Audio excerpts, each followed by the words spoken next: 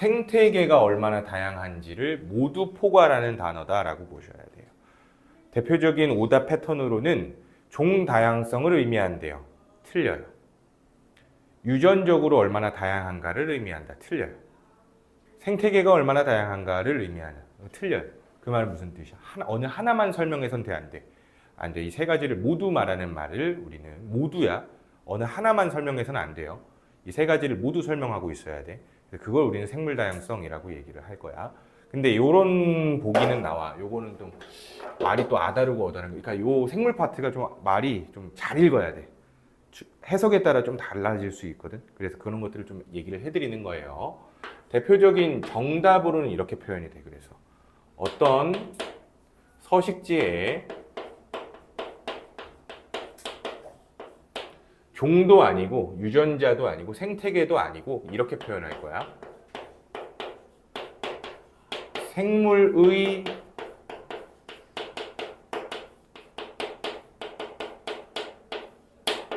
다양한 정도를 말한다. 이 말은 맞아요. 이 말은 맞는 말이야. 말 그대로 직역으로 해석을 하자는 거죠. 생물 다양성이니까 생물의 다양한 정도라고 표현하면 그 말은 맞아요. 근데 출제자의 의도 자체가 종다양성만을 말한다 하면 틀리다. 유전적 다양성만을 말한다라고 하면 틀리다고. 알겠지? 그래서 이 세 가지를 모두 말하거나 직역해서 그대로 생물의 다양한 정도를 말한다라고 하면 맞아. 왜 그러냐면 교과서에 이 문장이 그대로 있거든. 알겠어? 문제를 잘 읽으세요. 그럼 하나하나 의미를 좀 디테일하게 봐야겠지? 먼저 첫 번째로 종다양성이라는 거는 말 그대로 어떤 서식지의 종의 다양한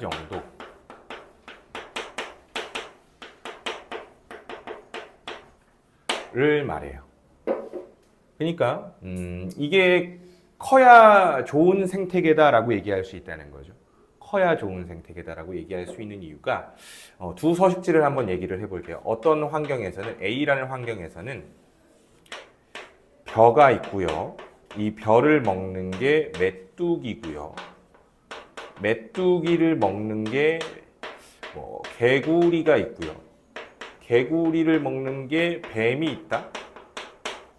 이렇게 표현하는 거 우리 먹이사슬이라고 표현을 하죠. 먹이사슬. 근데 B라는 생태계를 봤더니 벼를 먹는 게 메뚜기도 있는데 멸치도 있고 벼를 먹는 게 또 뭐도 있을까? 벼멸구 말 그대로 해충이야 얘는. 벼멸구 뭐 이런 게 있고 그리고 뭐 메뚜기를 먹는 게 개구리도 있고 그리고 거미도 있고 그리고 또 곤충 먹는 거 뭐 쥐도 있고 뭐 이런 애들이 이 곤충들을 다 먹는데 이렇게 하면 다 연결이 되는 거 맞나? 그치, 다 연결 아니지 이렇게도 이런 식으로. 또 이 개구리들 개구리를 먹는 거 뭐 있을까?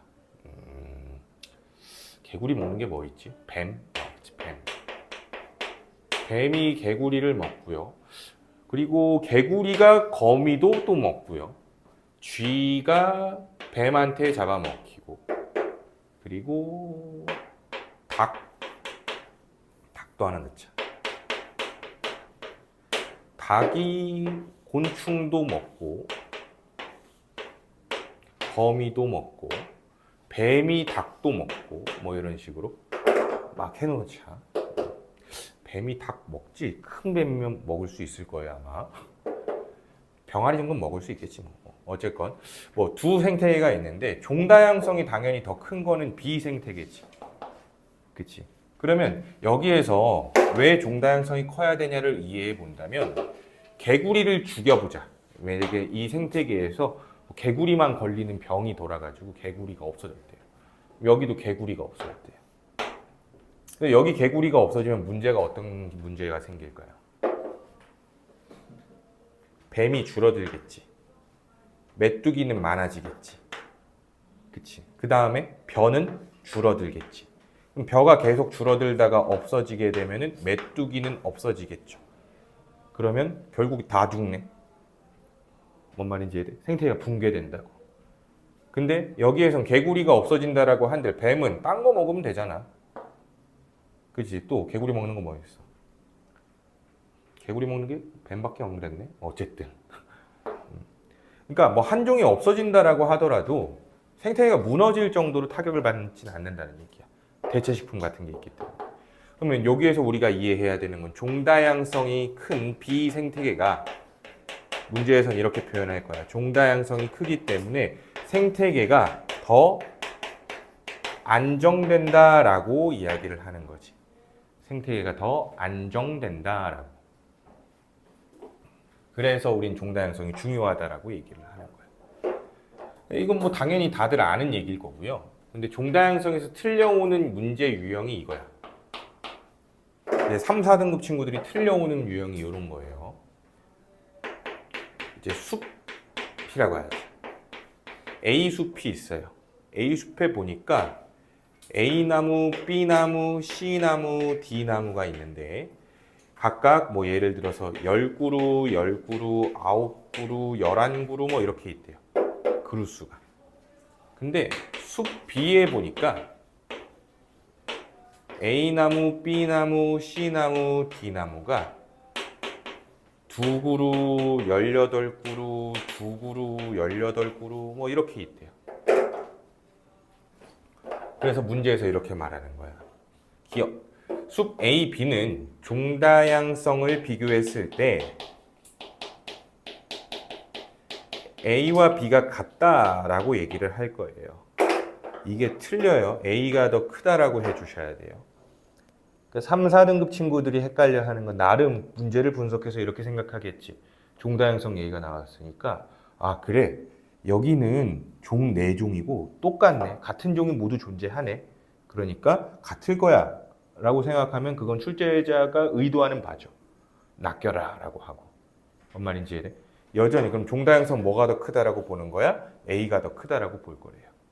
이걸 조심해야 돼. 그 말은 무슨 뜻이야? 종다양성이라는 건 종의 다양한 정도만 말하는 게 아니라 플러스 뭐까지 우리가 생각을 해봐야 될까요? 비율까지 생각을 해야 되는 거야. 비율의 의미가 담겨져 있다는 걸 기억해야 돼. 그러니까 어느 한 종이 몰빵됐다. 어느 한 종이 몰빵. 아니면 멸종까지는 아니지만 개구리의 개체 수가 확 줄어들었대. 멸종은 하지 않았는데. 이러면 종다양성이 감소했다라고 본다는 거야. 뭔 말인지 이해돼? 그래서 전체적인 비율이 좀 균등하게 있어야 우리는 이거를 종다양성이 크다라고 얘기를 하겠다라는 얘기예요. 뭔 말인지 이해돼? 자, 그러면 여기서 이제 하나 더. 이제 2등급 친구들이 1등급으로 못 올라갈 때, 즉 틀리는 문제가 요거야. 2등급 애들이 틀려오는 게 외래종에 대해서. 자, 외래종은 천적이 있어요, 없어요? 외래종은 천적이 없죠. 그치? 뭐 토종 생태계가 아니니까 걔를 먹어본 놈들이 없거든. 맛이 없을 거거든, 쉽게 생각하면. 먹어보질 않았으니까. 그래서 천적이 보통 없어요, 외래종들은. 그러니까 먹기만 해. 또 대체적으로 외래종으로 문제점이 되는 애들은 번식도 잘해. 잘 먹고 먹성도 좋고. 뭔 말인지 이해되지? 그러면 외래종을 가지고 오면 요 B 생태계에 내가 외래종을 갖고 왔다라고 생각해 볼게요. 그럼 종다양성이 증가했다라고 할까요? 아니, 종이 하나 더 늘었잖아. 그럼 종다양성이 증가했다고 할까? 그건 아니야. 알겠어. 이거 조심해야 돼. 외래종은 무조건 종다양성이 감소시켜지는 원인이라고 보셔야 돼요. 외래종이 추가된다고 해서 종다양성이 증가한다라고 하면 안 돼요. 그 이유가 비율과 연결지어 볼 수도 있어요. 예를 들어서 이거야. 여기가 시간, 여기는 개체 수라고 합시다. 간단하게만 표현을 해볼게. 어떤 개체들은 처음에 요렇게 됐고요. 어떤 개체들은 처음에 요렇게 됐대. 그때 여기에서 외래종을 도입했대요. 외래종이 유입됐대요. 유입. 그러니까 외래종이 유입되고 나니까 얘네들이 줄어들어. 이렇게. 그리고 외래종은 여기부터 훅 증가해. 근데 얘도 훅 증가해. 쉽게 생각하면 요 파란색 녀석이 노란색 애들을 잡아먹는 천적 관계였던 거라고 이해해 볼 수 있겠지. 얘네들이 줄어드니까. 근데 얘네들을 잡아먹어주는 게 외래종이니까. 얘네들이 늘어났다. 근데 운 좋게도 얘는 외래종한테 안 먹힌 거죠. 예를 들어서 뭐 풀이다라고 생각하면 뭔 말인지 이해돼? 그럼 그러고 나서 문제에서 이러는 거야.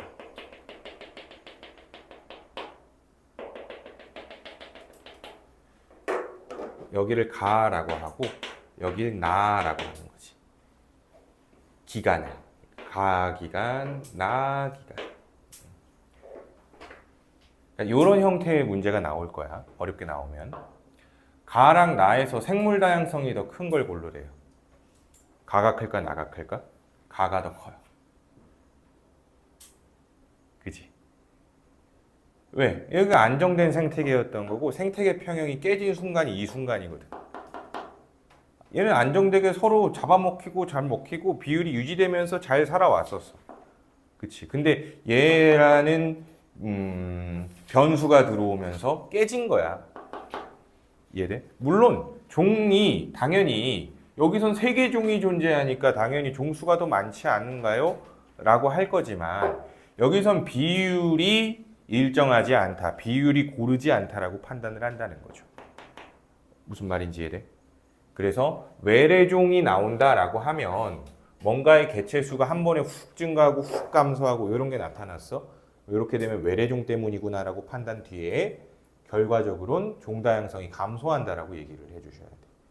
알겠죠? 외래종은 조심해줘. 외래종이 유입됐다라고 해서 종다양성이 증가한다라고 얘기하면 안 되는 거야.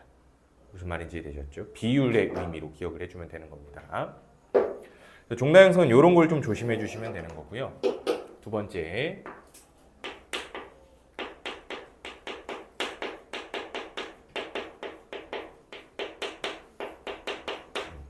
자, 유전적 다양성은 뭐 간단한 얘기야. 유전적 다양성이 크면 좋은 점을 알고 있으면 되거든. 유전적 다양성이 크면 좋은 점이 급격한 환경 변화가 일어났을 때 멸종 가능성이 줄어들기 때문이에요. 급격한 환경 변화가 일어났을 때 멸종 가능성이 줄어든다. 그러니까 유전적으로 다양한다. 뭐 극단적으로 얘기하자면 이런 거야. 뭐 똑같은 종인데 털이 긴 놈도 있고 짧은 놈도 있고 중간 털도 있고 막 그렇대요. 근데 그러다가 지구 전체적으로 극단적으로 예를 들어 추워졌대. 근데 만약에 다 단모종만 있었다라고 한다면 추위에 견디기 힘들었겠지. 그럼 그 종은 멸종할 거야. 근데 뭐 털의 길이가 다양하다라고 했으니까 추위에 잘 견디는 애들이 있는 반면에 못 견디는 애도 있었다 뭐 이런 얘기가 되겠지. 그럼 잘 견디는 애들은 그대로 살아남아서 종이 유지가 될 거 아니야.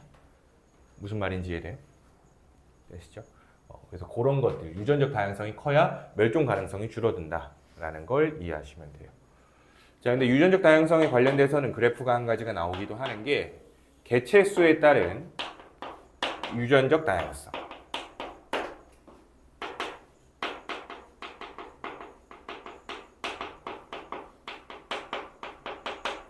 한번 유추부터 해보자. 보통 일반적으로 유성생식을 하는 동물들 가지고 보통 이야기를 할 거거든요. 그러면 당연히 개체수가 많으면 유성생식을 통한 유전적 변이가 좀 더 다채롭게 일어날 게 당연히 뻔하죠. 그치? 그럼 개체수가 많아야 유전적 다양성이 당연히 증가할 거예요. 근데 증가하는데 어느 순간 일정해지는 그래프가 나타납니다. 그러니까 수학적으로 최대치의 유전적 다양성은 정해져 있다는 거야. 자, 그러면 예를 들어서 여기가 뭐 10의 6승말이다. 6승말이라고 얘기하면 몇이야? 100만 마리라고 얘기를 한다면 우리가 보통 개체들을 보호한다. 뭐 예를 들어서 뭐 우리가 뭐 오징어가 많이 잡힌다고 오징어를 다 잡아먹으면 안 되잖아. 그치? 그와 비슷하게 지금 우리가 겪고 있는 게 옛날에 명태가 엄청 많이 잡혔어. 명태가 많이 잡힌다고 명태를 다 잡아먹었거든. 그러니까 멸종한 거야. 알겠어? 근데 그렇다고 해서 우리가 이걸 무서워해서 안 잡아먹고 살 수는 없잖아. 그치? 잡아먹되 잡는 기간이 있을 거고 개체수를 유지하는 마리수를 보통 계산을 할 거고 하는 게 이것 때문이거든. 뭐냐면 여기까지는 유지를 해줘야 돼. 그러니까 우리가 잡아먹는다라고 하더라도 줄인다라고 하더라도 여기까지는 유지를 해줘야 돼. 왜? 이 선이 깨지는 순간 그때부터 유전적 다양성이 감소할 거거든. 그럼 그 유전적 다양성 감소하는 것 때문에 부가적인 다른 효과들이 발생을 해서 개체수가 더 많이 줄어들 수도 있어. 뭔 말인지 이해돼? 만약에 유전적 다양성이 감소를 하고 있는 와중에 환경 변화가 생겼어. 수온이 높아진다든지 낮아진다든지. 그럼 그때 멸종 가능성이 높아지겠지. 뭔 말인지 이해돼요? 그러니까 요 한계선을 넘지 않도록 우리는 보통 개체수를 조절을 합니다. 무슨 말인지 이해돼? 그러면 요 한계선이 뚫렸어. 만약에 너무 많이 잡아먹어서. 그러면 이걸 다시 올리기는 쉬운 일일까 어려운 일일까? 쉽지 않은 일이에요. 뭔 말인지 이해되죠? 그래서 이 유전적 다양성에 대해서는 어느 정도 여기에서 여기 감소하는 데까지는 사실 유전적 다양성에 큰 영향성은 없다. 근데 하지만 너무 감소하게 된다라고 한다면 되돌리기는 어려울 수 있다. 이 정도 기억해 주면 됩니다. 무슨 말인지 되시죠? 자, 세 번째는 생태계 다양성.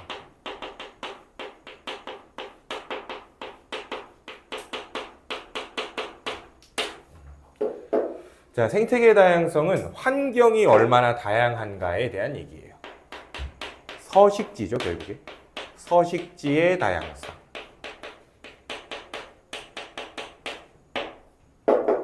이거는 쉬운 얘기인데 예를 들어 한번 보자. 예를 들어 어떤 지역에 이렇게 산만 있어, 산만.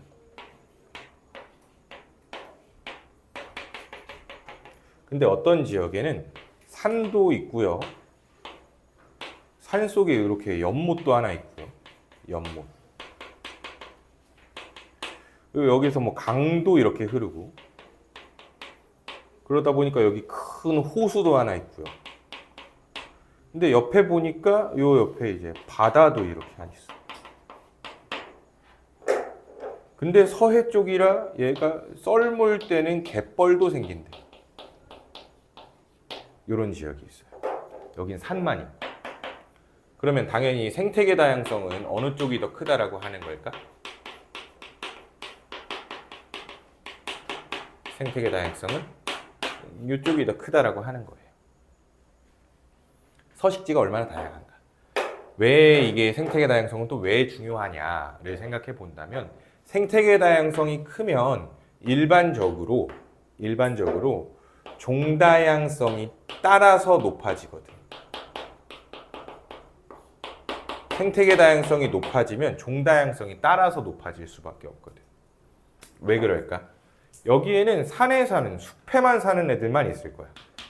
근데 이쪽에 보면은 숲에 사는 애들도 있고 연못에 사는 애들도 있고 강에 사는 애들도 있고 호수에 사는 애들도 있을 거고 바다에 사는 애들도 간혹 있을 거고 또 이게 물이 빠졌을 땐 갯벌도 있을 거고 갯벌에 사는 애들도 있을 거고 당연히 종다양성이 높아질 수밖에 없다는 거야. 서식지가 다양해지면. 근데 보통 이 생태계 다양성 서식지에서는 많이 중요하게 나오는 게 갯벌 중요해요. 그리고 하나 더 습지도 기억해 줍시다. 갯벌과 습지는 중요해요. 왜냐면 일반적으로 육지면 육지고 바다면 바다고 물이면 물인데 갯벌과 습지의 경우에는 그 두 가지가 모두 공존하는 지역이거든. 물도 있고요, 육지도 있고요. 뭔 말인지 이해돼요?